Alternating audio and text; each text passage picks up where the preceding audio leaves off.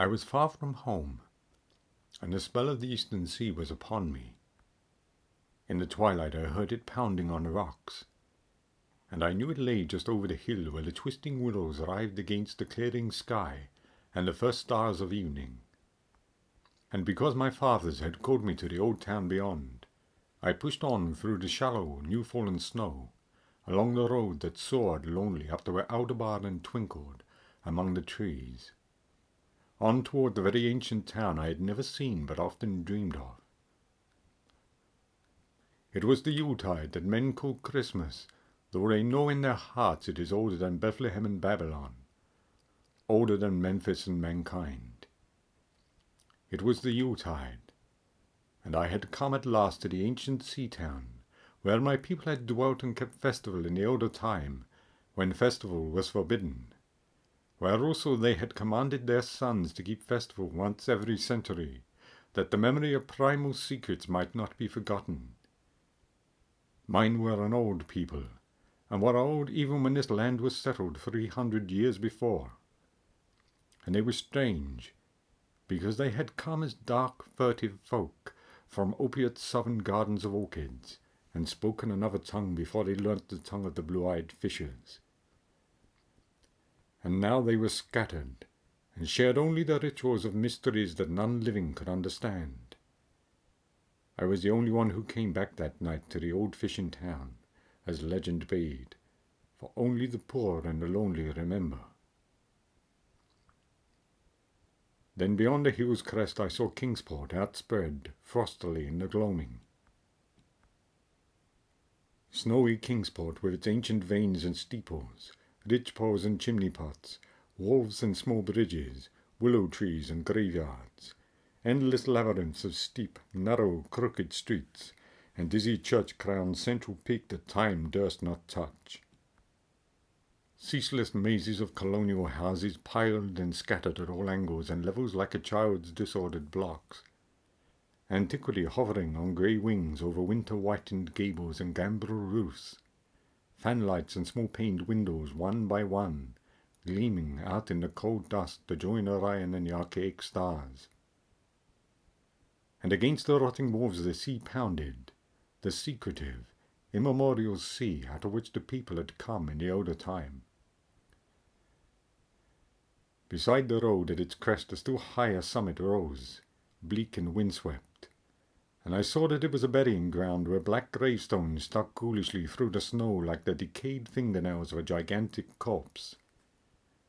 The printless road was very lonely, and sometimes I thought I heard a distant horrible creaking, as of a gibbet in the wind. They had hanged 4 kinsmen of mine for witchcraft in 1692, but I did not know just where. As the road wound down the seaward slope, I listened for the merry sounds of a village at evening, but did not hear them. Then I thought of the season, and felt that these old Puritan folk might well have Christmas customs strange to me. So after that I did not listen for merriment or look for wayfarers, but kept on down past the hushed lighted farmhouses and shadowy stone walls to where the signs of ancient shops and sea taverns creaked in the salt breeze, and the grotesque knockers of pillared doorways glistened along deserted, unpaved lanes in the light of little curtained windows.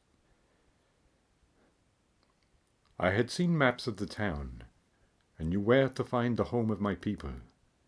It was told that I should be known and welcomed, for village legend lives long. So I hastened through Back Street to Circle Court, and across the fresh snow on the one full flagstone pavement in the town, to where Green Lane leads off behind the market house. The old maps still held good, and I had no trouble, though at Arkham they must have lied when they said the trolleys ran to this place, since I saw not a wire overhead. Snow would have hid the rails in any case. I was glad I had chosen to walk, for the white village had seemed very beautiful from the hill, and now I was eager to knock at the door of my people, the 7th house on the left in Green Lane, with an ancient peaked roof and jutting 2nd story, all built before 1650. There were lights inside the house when I came upon it, and I saw from the diamond window panes that it must have been kept very close to its antique state. The upper part overhung the narrow grass-grown street, and nearly met the overhanging part of the house opposite, so that I was almost in a tunnel, with the low stone doorstep wholly free from snow. There was no sidewalk, but many houses had high doors reached by double flights of steps with iron railings. It was an odd scene, and because I was strange to New England, I had never known its like before. Though it pleased me, I would have relished it better if there had been footprints in the snow, and people in the streets, and a few windows without drawn curtains. When I sounded the archaic iron knocker, I was half afraid.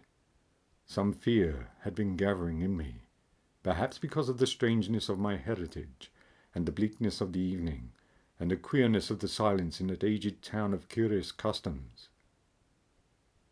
And when my knock was answered, I was fully afraid, because I had not heard any footsteps before the door creaked open. But I was not afraid long, for the gowned and slippered old man in the doorway had a bland face that reassured me. And though he made signs that he was dumb, he wrote a quaint and ancient welcome with the stylus and wax tablet he carried. He beckoned me into a low, candle-lit room with massive exposed rafters and dark, stiff, sparse furniture of the 17th century. The past was vivid there, for not an attribute was missing. There was a cavernous fireplace and a spinning wheel at which a bent old woman in loose wrapper and deep-poked bonnet sat back toward me, silently spinning despite the festive season.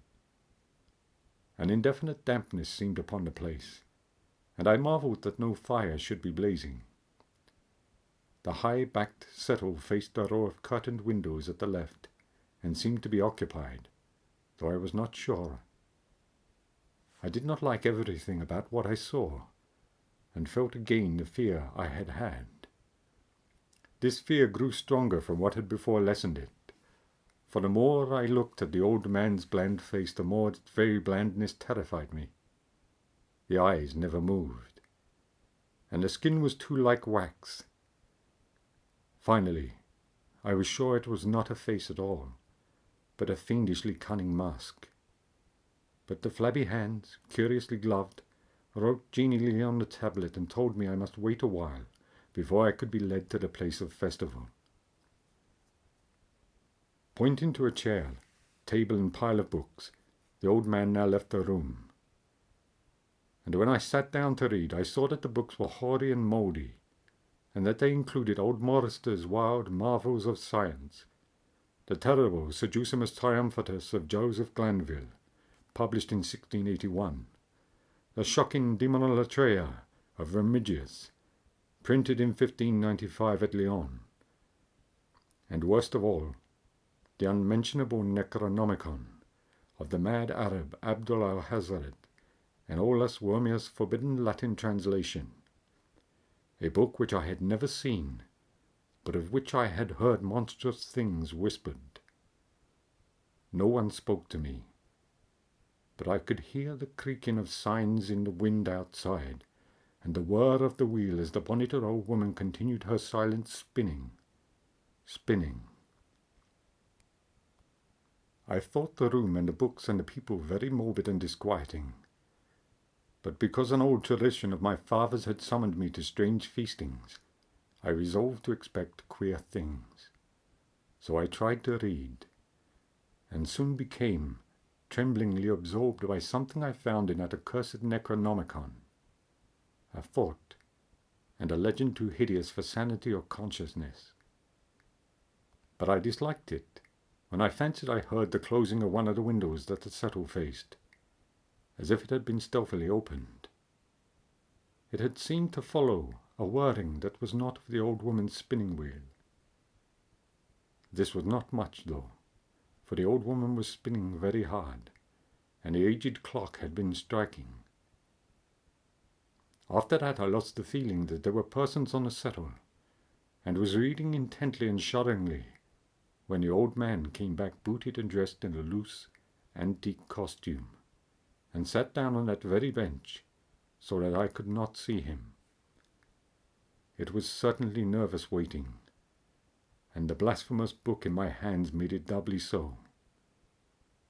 When 11 struck, however, the old man stood up, glided to a massive carved chest in a corner, and got 2 hooded cloaks, one of which he donned, and the other of which he draped around the old woman, who was ceasing her monotonous spinning. Then they both started for the outer door, the woman lamely creeping, and the old man, after picking up the very book I had been reading, beckoning me as he drew his hood over that unmoving face, a mask. We went out into the moonless and tortuous network of that incredibly ancient town. Went out as the lights in the curtained windows disappeared, one by one, and the dog star leered at the throng of cowed, cloaked figures that poured silently from every doorway, and formed monstrous processions up this street and that, past the creaking signs and the antediluvian gables, the thatched roofs and diamond-paned windows, threading precipitous lanes where decaying houses overlapped and crumbled together, gliding across open courts and churchyards where the bobbing lanterns made eldritch drunken constellations. Amid these hushed throngs, I followed my voiceless guides, jostled by elbows that seemed preternaturally soft, and pressed by chests and stomachs that seemed abnormally pulpy, but seeing never a face and hearing never a word. Up, up, up the airy columns slivered, and I saw that all the travellers were converging, as they flowed near a sort of focus of crazy alleys at the top of a high hill in the centre of the town, where perched a great white church. I had seen it from the road's crest when I looked at Kingsport in the new dusk, and it had made me shiver, because Aldebaran had seemed to balance itself a moment on the ghostly spire. There was an open space around the church, partly a churchyard with spectral shafts, and partly a half-paved square swept nearly bare of snow by the wind, and lined with unwholesomely archaic houses having peaked roofs and overhanging gables. Death fires danced over the tombs, revealing gruesome vistas, though queerly failing to cast any shadows. Past the churchyard, where there were no houses, I could see over the hill's summit and watch the glimmer of stars on the harbour, though the town was invisible in the dark. Only once in a while a lantern bobbed horribly through serpentine alleys, on its way to overtake the throng that was now slipping speechlessly into the church. I waited till the crowd had oozed into the black doorway, until all the stragglers had followed.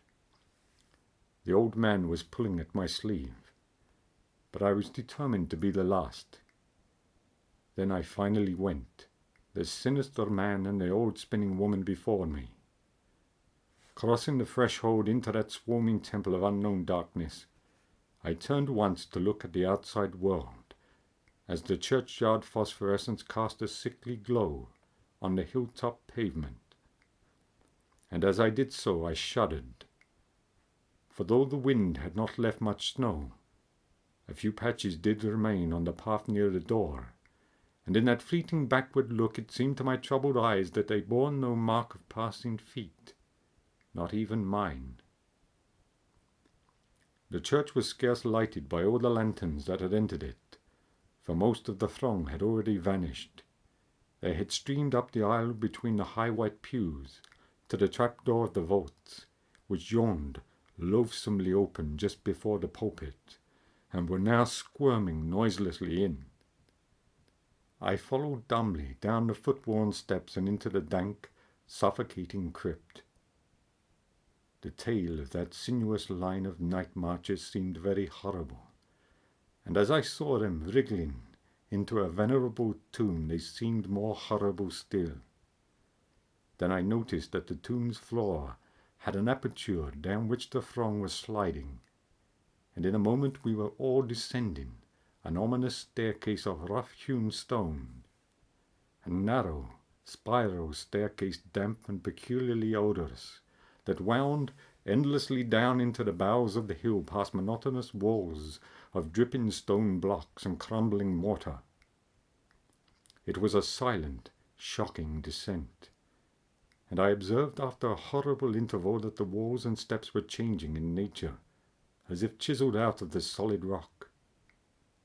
What mainly troubled me was that the myriad footfalls made no sound, and set up no echoes.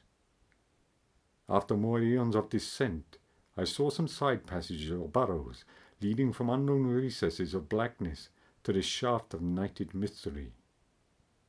Soon they became excessively numerous, like impious catacombs of nameless menace, and their pungent odor of decay grew quite unbearable. I knew we must have passed down through the mountain and beneath the earth of Kingsport itself, and I shivered that a town should be so aged and maggoty with subterraneous evil. Then I saw the lurid shimmering of pale light, and heard the insidious lapping of sunless waters. Again I shivered, for I did not like the things that the night had brought, and wished bitterly that no forefather had summoned me to this primal rite. As the steps and the passage grew broader, I heard another sound, the thin, whining mockery of a feeble flute, and suddenly there spread out before me the boundless vista of an inner world, a vast fungus shore litten by a belching column of sick greenish flame, and washed by a wide oily river that flowed from abysses frightful and unsuspected, to join the blackest gulfs of immemorial ocean. Fainting and gasping, I looked at that unhallowed Erebus of Titan toadstools, leprous fire and slimy water, and saw the cloaked throngs forming a semicircle around the blazing pillar. It was the Yule rite, older than man and fated to survive him, the primal rite of the solstice and of spring's promise beyond the snows, the rite of fire and evergreen, light and music. And in the Stygian grotto I saw them do the rite and adore the sick pillar of flame, and throw into the water handfuls gouged out of the viscous vegetation which glittered green in the chloritic glare.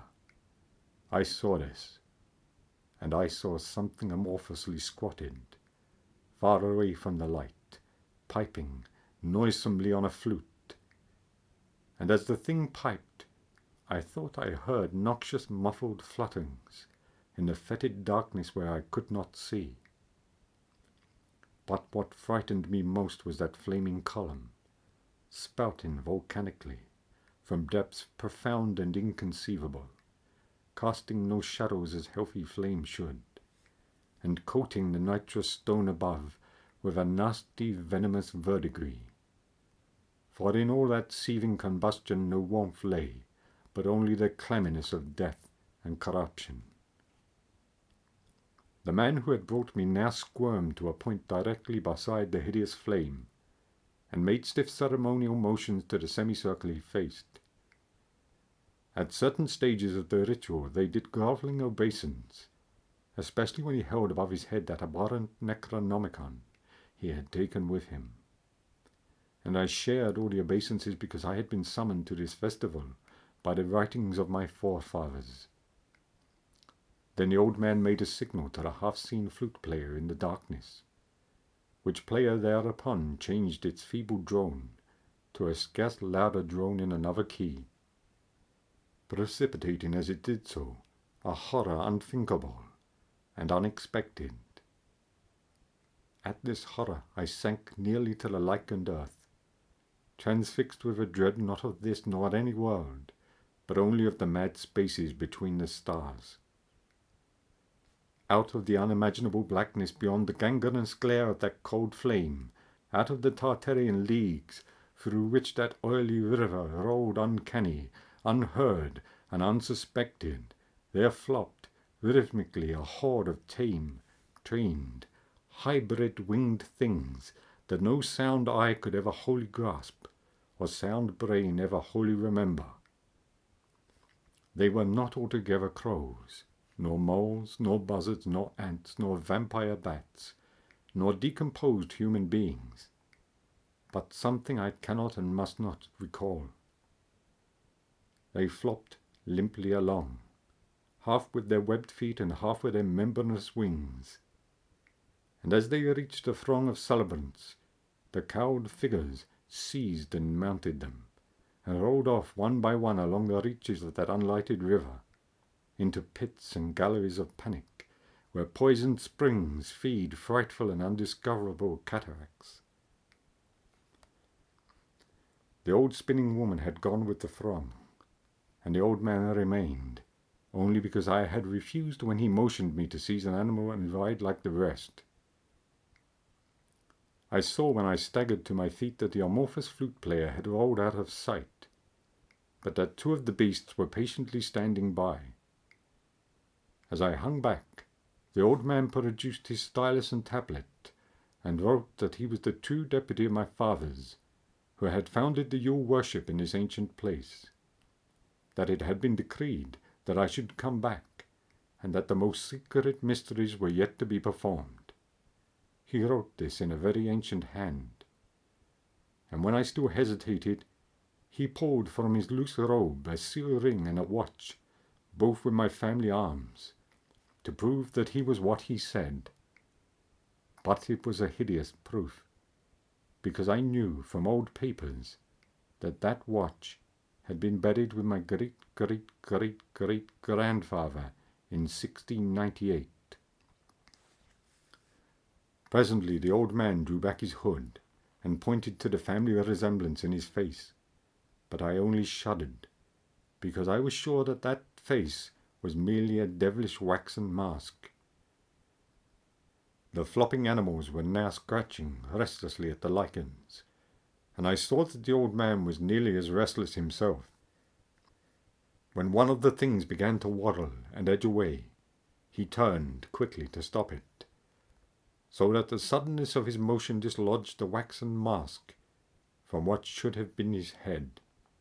And then, because that nightmare's position barred me from the stone staircase down which we had come, I flung myself into the oily underground river that bubbled somewhere to the caves of the sea, flung myself into that putrescent juice of earth's inner horrors before the madness of my screams could bring down upon me all the charnel legions these pest gulfs might conceal.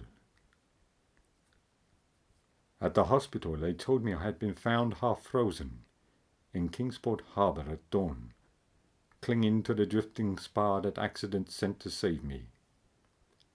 They told me I had taken the wrong fork of the hill road the night before and fallen over the cliffs at Orange Point, a thing they deduced from prints found in the snow. There was nothing I could say, because everything was wrong. Everything was wrong. With the broad windows showing a sea of roofs in which only about 1 in 5 was ancient, and the sound of trolleys and motors in the streets below. They insisted that this was Kingsport, and I could not deny it. When I went delirious at hearing that the hospital stood near the old churchyard on Central Hill, they sent me to St. Mary's Hospital in Arkham, where I could have better care. I liked it there, for the doctors were broad-minded, and even lent me their influence in obtaining that carefully sheltered copy of Alhazred's objectionable Necronomicon from the library of Miskatonic University. They said something about a psychosis, and agreed I had better get any harassing obsessions off my mind. So I read again that hideous chapter, and shuddered doubly, because it was indeed not new to me. I had seen it before, let footprints tell what they might, and where it was I had seen it were best forgotten. There was no one, in waking hours, who could remind me of it, but my dreams are filled with terror, because of phrases I dare not quote. I dare quote only one paragraph, put into such English as I can make from the awkward low Latin. The nethermost caverns wrote the mad Arab, are not for the fathoming of eyes that see, for their marvels are strange and terrific. Cursed the ground where dead thoughts live new and oddly bodied, and evil the mind that is held by no head. Wisely did Ibn Shakabau say, that happy is the tomb where no wizard hath lain, and happy the town at night whose wizards are all ashes.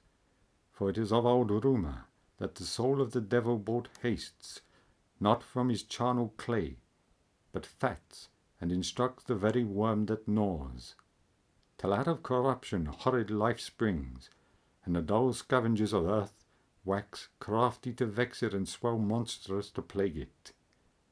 Great holes secretly are digged where earth's pores ought to suffice, and things have learnt to walk that ought to crawl.